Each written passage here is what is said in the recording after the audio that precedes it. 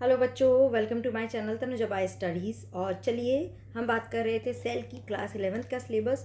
तो हमने prokaryotic cell पूरा डिटेल में पढ़ लिया था। If you have not gone through अब you can go through this one. Previous video देखिए, हमने पूरा डिटेल में इसको स्टडी किया है।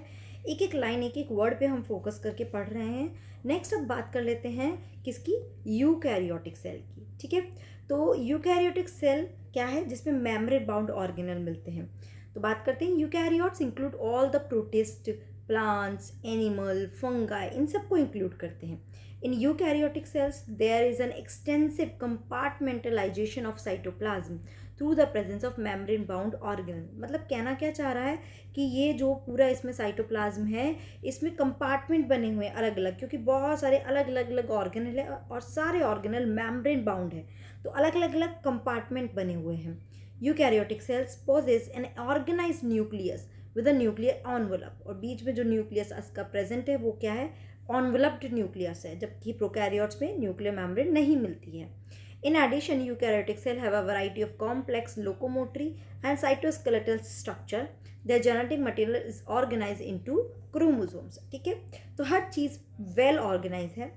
All eukaryotic cells are not identical. Plant and animal cell are different as the former possess cell wall। मतलब कि प्लांट सेल के लिए बोल रहे हैं कि प्लांट सेल में सेल वॉल होती है, प्लास्टिड होता है और एक लार्ज सेंट्रल वैक्यूल होती है, which are absent in animal cell. On the other hand, animal cell have centriole which are absent in almost all plant. तो ये थोड़ा सा ना, ये पूरा ही पैराग्राफ आप देख लीजिए, ये क्वाइट इंपॉर्टेंट है ना। ध्यान रखना कि कौन सी चीज़ें क्या प्रेजेंट होती है या एब्सेंट होती है। ओके, तो देखिए यहाँ पे आपको एक स्ट्रक्चर दे रखा है। Here it is given the structure of a plant cell.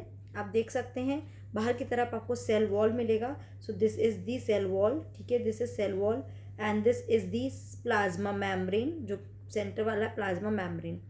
Her cell एक दूसरे से कनेक्टेड होती है। देखिए अगर मैं इसका फर्दर सेल बनाऊँ, इट इज़ लाइक दिस, ठीक है, तो ये कनेक्टेड है with the help of this structure. इन्हें हम बोलते हैं यहाँ पे देखिए प्लाज्मोडेस्मेटा के थ्रू ये कनेक्टेड होती है। This is also you can say plasmodesmata. ठीक है, क्लियर है यहाँ तक।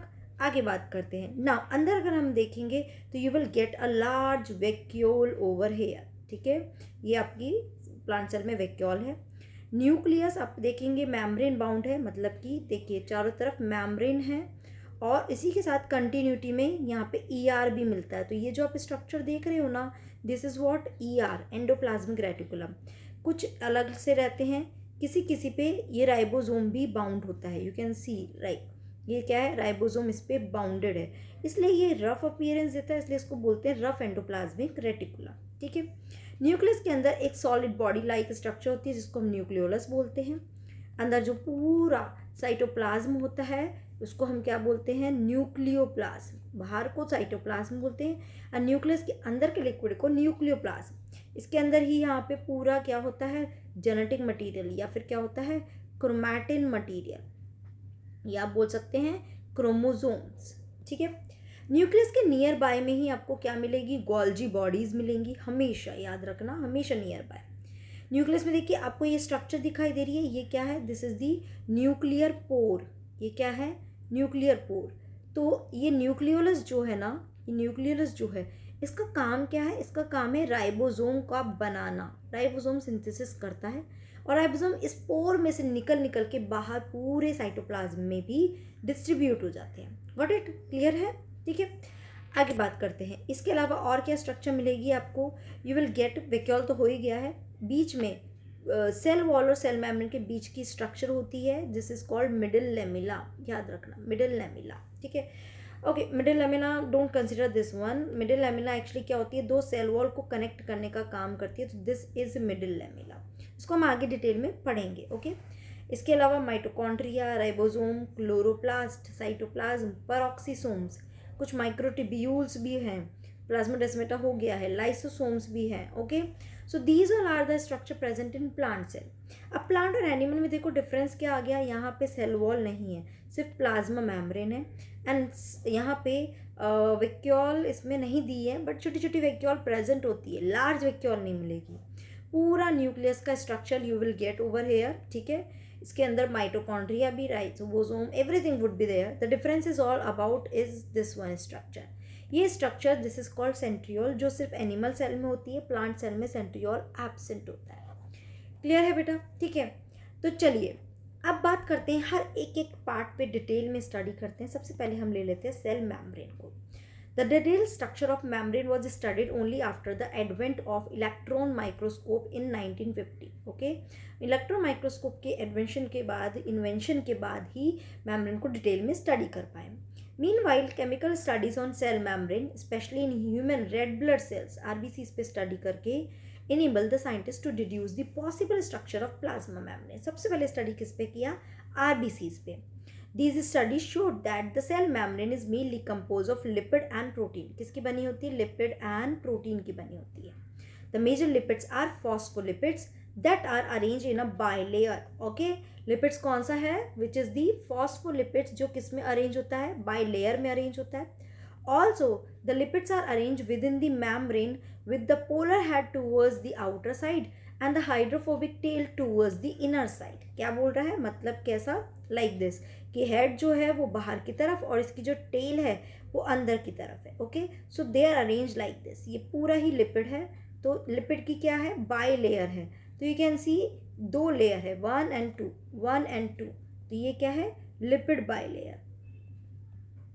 ओके, ना इसमें ध्यान रखना, this head portion is hydrophilic and this tail portion is hydrophobic in nature. अब क्या होता है? हाइड्रोफिलिक यानी वाटर लविंग, यानी कि पोलर मॉलिक्यूल से रिएक्ट करेगा, एंड वाटर लविंग नहीं है ये, हाइड्रोफोबिक. ठीक है, तो वही बोल रहा है, this ensure that the non polar tail of saturated hydrocarbon is protected from the aqueous environment. देखिए वही बोल रहा है, ये टेल क्या है? Non polar. ये वाटर लविंग नहीं है, पोलर मॉलिक्यूल से रिएक्ट नहीं करती है. नॉन पोलर टेल है, वो अंदर रहती है और प्रोटेक्ट रहती है बाहर के एनवायरनमेंट से. In addition to phospholipid, membrane also contain cholesterol.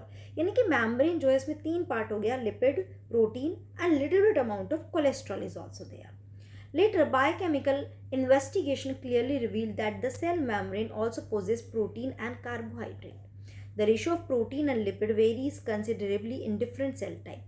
In human being, the membrane of erythrocytes has approximately 52% protein and 40% lipid. ध्यान रखना, ये थोड़ा सा इस पर फोकस कर लेना. 52% प्रोटीन होता है एंड 40% क्या होता है? लिपिड प्रेजेंट होता है. एक इरिथ्रोसाइट्स की मेम्ब्रेन को स्टडी करके बताया गया. Depending on the ease of extraction, membrane protein can be classified as integral and peripheral. 2 तरह के प्रोटीन हैं, एक थे इंटीग्रल और दूसरे peripheral. Peripheral protein lies on the surface of membrane while the integral protein are partially or totally buried in the membrane. As you can see over here, this is the total buried, तो ये integral protein, और जो बाहर की तरफ है that is the peripheral protein. तो आप देख सकते हैं this is the peripheral protein, जो अंदर यहाँ पे इस मेम्ब्रेन में अंदर एम्बेडेड है, जैसे कि ये वाला हो गया, दिस इज़ इंटीग्रल प्रोटीन. और जो बाहर है दैट इज़ पेरिफेरल, ये वाला पूरा, ये देखिए ये प्रोटीन सबसे बाहर निकला हुआ है, that is peripheral protein. Clear है? ओके, तो अब आगे बात करते हैं. ये स्ट्रक्चर आपको क्लियर हुई होगी. देखिए यहाँ पे कोलेस्ट्रॉल भी थोड़ा बहुत अमाउंट में दे रखा है. Now come to next. An improved model of structure of cell membrane was proposed by Singer and Nicholson. Very important. किसने प्रपोज किया? सिंगर और Nicholson. Widely accepted as fluid mosaic model. इनके मॉडल का नाम क्या था? Fluid mosaic model. ठीक है, क्या इस पे क्वेश्चन फ्रेम होता है? ध्यान रखना. Next, according to this, the quasi-fluid nature of lipid enables the lateral movement of protein within the overall bilayer. Quasi-fluid nature मतलब फ्लूइडिटी वाला नेचर जो है लिपिड का, जिसकी वजह से ये प्रोटीन जो है इसका मूवमेंट हो सकता है. इस लिपिड बाइलेयर में प्रोटीन का मूवमेंट शो करता है. This ability to move within the membrane is measured as its fluidity. इसी को ही हम फ्लूइडिटी बोलते हैं, यानी कि मेम्ब्रेन फ्लेक्सिबल है, ये अपना शेप चेंज कर सकती है. मेम्ब्रेन एक पर्टिकुलर शेप में नहीं होती है. The fluid nature of membrane is also important from the point of view of function. अब देखिए क्या क्या फंक्शन के लिए फ्लूइडिटी ज़रूरी है. Like cell growth. अब सेल ग्रो होगी तो एक्सपैंड होगा साइज, एक्सपैंड होगा तो मेम्ब्रेन का फ्लूइडिटी होना ज़रूरी है. Formation of intercellular junction, secretions, endocytosis. Endocytosis में मेम्ब्रेन ऐसे अंदर फोल्ड हो जा रही है ना, और फिर ये फूड वैक्यूल अंदर आ जा रहा है. And cell division. ये सब प्रोसेस के लिए मेम्ब्रेन का फ्लूइडिटी ज़रूरी है एंड ये सब प्रोसेस आप ध्यान रखना, क्वेश्चन फ्रेम होता है इन पे। ओके, क्लियर है? आगे चलते हैं। One of the most important function of plasma membrane is the transport of molecule across it. ये सबसे ज़्यादा इंपॉर्टेंट फंक्शन है, transport of molecule. The membrane is selective permeable to some molecule present on either side of it. Many molecule can move briefly across the membrane without any requirement of energy and this is called passive transport. Okay, तो membrane क्या है? Selective permeable है। अब इसके through जो transport हो रहा है वो ट्रांसपोर्ट दो तरह का है। कौन सा? One is called the passive transport, another is called the active transport. Passive transport का मतलब मॉलिक्यूल्स जो है वो अपनी हाई कॉन्सेंट्रेशन से कहाँ जाएंगे? लो कॉन्सेंट्रेशन की तरफ चले जाएंगे। सिंपल है, जहाँ ज़्यादा है वहाँ से कम की तरफ जाएंगे। नो एनर्जी, कोई एनर्जी नहीं देनी पड़ रही है। बट एक्टिव में क्या है? लो से हाई की तरफ जा रहा है, यानी कि जैसे एक अप हिल पे हम जा रहे हैं, ऊपर की तरफ चढ़ेंगे तो हमें एनर्जी देनी पड़ेगी, तो यहाँ पे energy has to be given. तो वही यहाँ बोल रहा है across the membrane without any requirement of energy, this is called passive transport. Neutral solutes may move across the membrane by the process of simple diffusion, okay, along the concentration gradient that is from higher concentration to lower concentration। ये चीज़ ध्यान रखना, अगर कोई molecule कैसा है? Neutral है, polar molecule नहीं है, यानी नॉन पोलर मॉलिक्यूल है, तो मेम्ब्रेन उसको एंट्री प्रोवाइड कर देती है विदाउट एनी हिंड्रेंस, वो आराम से जा सकता है, ठीक है। बट अगर पोलर मॉलिक्यूल हुआ तो उसके लिए पर्टिकुलर चैनल्स की ज़रूरत होती है।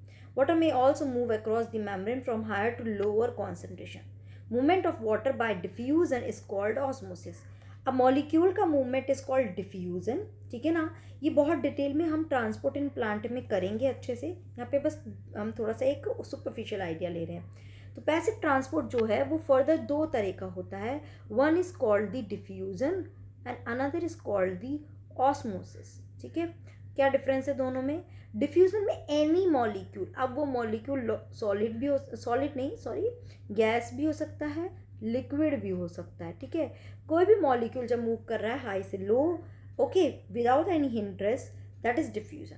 ऑस्मोसिस में सिर्फ वाटर की कंटेक्स्ट में अगर हम बात करते हैं then this is called osmosis. समझ में आया? ओके, अब बात क्या कर रहे हैं कि नॉन न्यूट्रल जो सॉल्यूट है, नॉन पोलर जो सॉल्यूट है, वो तो ईजिली ट्रांसमिट हो जाएंगे। तो डिफ्यूजन अगेन फर्दर दो तरह का होता है, एक होता है सिंपल डिफ्यूजन, एक होता है फैसिलिटेटेड डिफ्यूजन, ठीक है। क्या डिफरेंस है? देखिए, सिंपल डिफ्यूजन में क्या होंगे? नॉन पोलर सॉल्यूट्स अगर आए, नॉन पोलर सॉल्यूट्स, तो ये ईजिली मेम्ब्रेन से पास हो जाएंगे, मेम्ब्रेन इसको कोई हिंड्रेंस नहीं करेगी।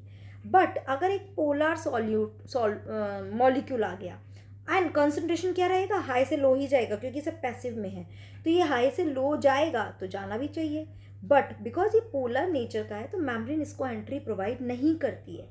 उस केस में मेम्ब्रेन एक स्पेशल टाइप का चैनल प्रोवाइड करती है जिसके थ्रू ही ये पास कर सकता है, बाकी कहीं से भी नहीं कर सकता। एक प्रॉपर चैनल है, उनके लिए एक पर्टिकुलर डोर है जहाँ से वो क्रॉस कर सकते हैं, ठीक है, जिनको हम चैनल प्रोटीन या कैरियर प्रोटीन भी बोलते हैं, राइट। तो वो हो गया फैसिलिटेटेड डिफ्यूजन। हमने उनको एक फैसिलिटी प्रोवाइड की कि आप हर जगह से कहीं से तो नहीं जा सकते, कुछ पर्टिकुलर डोर से जहाँ से ही आप एंट्री ले सकते हो, those are called channel protein, carrier protein, तो that is the facilitated. Okay, तो देखिए आगे क्या बोल रहा है, as the polar molecule can not pass through the non polar lipid bilayer, क्योंकि जो ये लिपिड बाइलेयर है इसका अंदर का जो है ना ये नॉन पोलर है, ये अपने डोर ओपन नहीं करेगी पोलर मॉलिक्यूल के लिए, right. So they require a carrier protein, मैं जैसा अभी बोल रही थी आपको, okay, of the membrane to facilitate their transport across the membrane. तो हमें यहाँ पे किसकी ज़रूरत पड़ेगी? We need carrier protein, we need carrier protein, ये लेकर जाएंगे अपने ऊपर बिठाकर और उसे दूसरी तरफ डाल देंगे। अ फ्यू आयन और molecular transport across the membrane against their concentration gradient, जैसा कि एक्टिव में हम बात करते हैं। एक्टिव में क्या होता है? एक्टिव में होता है लो से हाई, हमने बता ही दिया है, that is from lower to higher concentration. Such a transport is energy dependent process in which ATP is utilized and is called active transport like sodium potassium pump. This is the example, ध्यान रखना question यहाँ पे बन जाता है, clear है? Okay, ठीक है, तो चलिए आज हम इतना ही करते हैं। नेक्स्ट क्लास में सेल वॉल, एंडोमेम्ब्रेन सिस्टम, इन सबको और डिटेल में स्टडी करेंगे। ये बहुत इंपॉर्टेंट है, प्लाज्मा मेम्ब्रेन बहुत ज़्यादा क्वेश्चन फ्रेम होता है, तो इसे अच्छे से पढ़ना है, ठीक है ना। कोई भी डाउट आएगा तो कमेंट बॉक्स में आप लिखकर ज़रूर मुझे दे सकते हैं, ठीक है। Till then take care, bye bye, keep doing study.